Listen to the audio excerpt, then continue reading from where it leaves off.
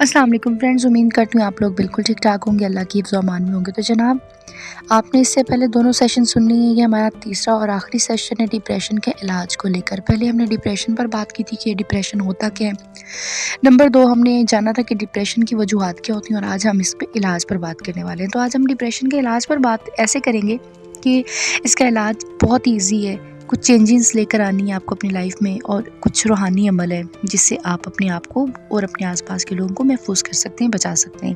तो जनाब, बात करते हैं कि डिप्रेशन से आप अपने आप को और अपने आसपास के लोगों को कैसे बचाएंगे। तो ये वो वाला इलाज है जिससे आप 100% आपको श्योर है कि आपको आराम मिलेगा।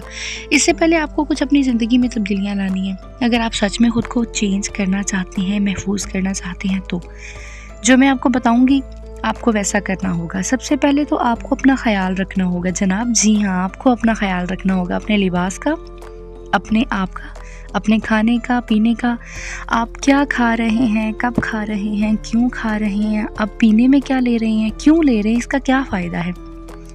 आप लिबास किस रंग का पहन रहे हैं, इस रंग का आपकी सोच के साथ कैसा ताल्लुक़ है। आप इस रंग को पसंद करते हैं, नहीं करते हैं। आप जहाँ पर रहते हैं इस रूम की सेटिंग कैसे है, क्या आप अपने कमरे को पसंद करते हैं।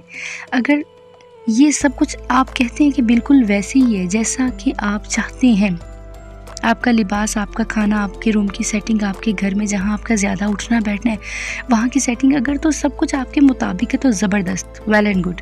और अगर ऐसा नहीं है तो फिर आपको ये सब कुछ सबसे पहले करना होगा।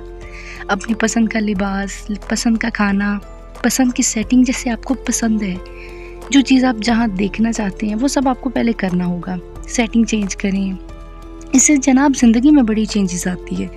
अच्छा, इर्द गिर्द का माहौल बदलें, खुशगवार रहें। जब ये सब कुछ होगा तो अब बेहतर बहुत महसूस करेंगे।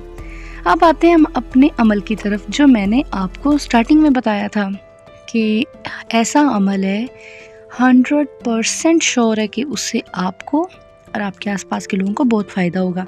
तो जनाब, आपने करना क्या है, आपने बावुज़ू होकर, अगर वुज़ू कर लें तो ये बहुत ही बेहतर बात है, नहीं भी किया फिर भी ज़ुबान तो आपकी पाक है।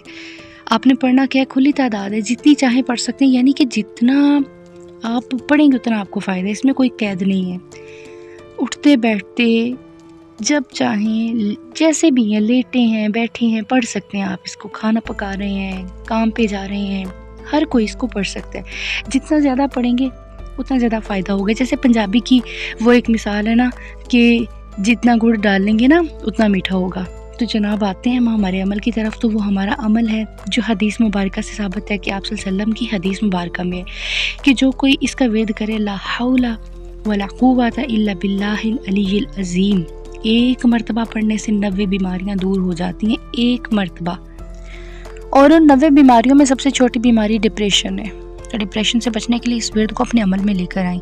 अगर आपको वीडियो पसंद आई, इसको लाइक कीजिए, शेयर कीजिए एंड सब्सक्राइब कीजिए, और बेल के आइकन को प्रेस करना तो हरगिज़ मत भूलिएगा जनाब। तो मिलते हैं किसी इसी तरह की इन्फॉर्मेटिव वीडियो में आपसे दोबारा। तब तक के लिए आपका और मेरा अल्लाह निगहबान।